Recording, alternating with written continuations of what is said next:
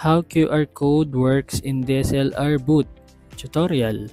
So paano nga ba gumagana yung QR code sa ating DSLR boot na application? So let's start. Open nyo lang DSLR boot nyo. Tapos skip nyo lang po itong update na to na. Tapos open tayo ng ating event. Sample natin to, Christmas sample. Launch event. So paano ba gumagana yung QR code? So ito, example, start tayo ng session. Okay, Kunyari, magpapapicture yung inyong mga kliyente. First photo.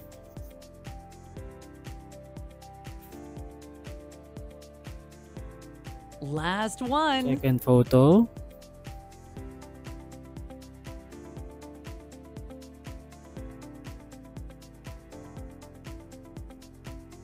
Get ready. At last, yung last na photo. So, mangyayari niyan, after niyan, ng third photo nila or ng session nila, may preview, di ba? Meron pong silang preview ng Share your kanilang photos. picture or ito yung piniprint natin, no? Ito, tapos may countdown yan na 5 seconds para ma-preview nila. So, kung gusto nilang i-download po ito, Thank you. i-download po yung kanilang picture. Bali, kiklik lang po ninyo ito or kiklik lang nila. Tapos, click nila tong picture nila. Dito nila makikita. And then, ito na yun. Para makuha nila ito, mag-grab nila agad. Pwede po nilang scan. Ito po yung QR code. Click nyo lang po ito. Then, scan nila ito sa kanilang phone. And then, pwede na nilang ma-download yung kanilang photos po.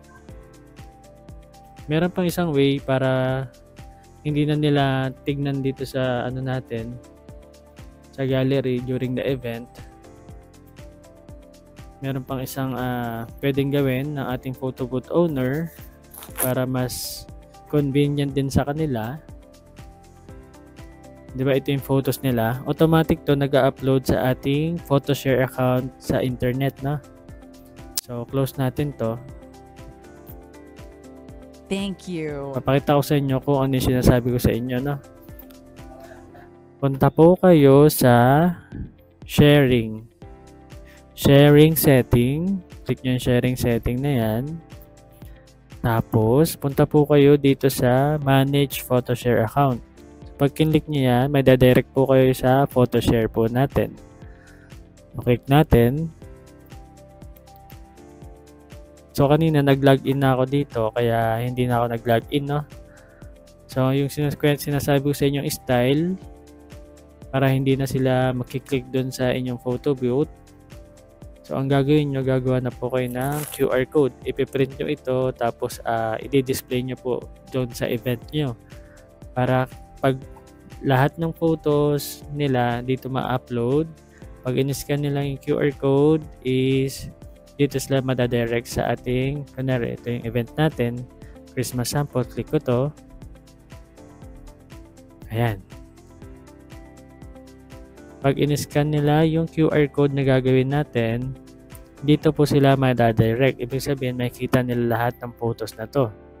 I-click lang nila yung photos nila, tapos meron sila makikita na sa cellphone nila na download, no? So, example, so para magawa nyo yun, click nyo lang tong link.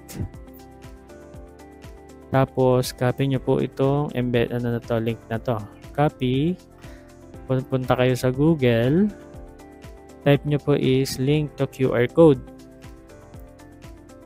Tapos, click nyo ito Mi QR. Free lang po yan, no? So, gagawa tayo ng QR code na ipiprint natin, no? Create QR code.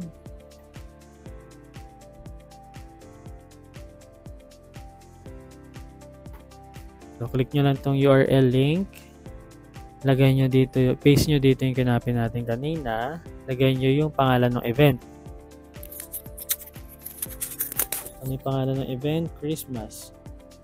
Christmas Day na 2025 tutorial. Tapos, pindutin nyo lang po itong customize and download QR. So, ito yung QR code natin, no? So, pwede nyo siyang gawan ng design. Ito po, meron dito. So, sa atin, ang gagawin lang natin, pili tayo ng isa. ito na lang yung nakasobre, no? Ibahin natin na sige, ito na lang yung nakasobre. Tapos sa baba, frame. Kung gusto nyo naka-frame na lang, pwede rin naman. Ayan, no? Or ito po, pwedeng ito yung bare, na.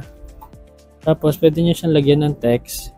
Sample, ito, scan to see photo. So ayan, ito na yung kunyari, satisfied na kayo sa ginawa nyo sa design. Baba lang kayo dito. So ito to, ayaw eh. Ito, ito. Baba lang kayo sa part na to, download nyo yung QR code. So, download.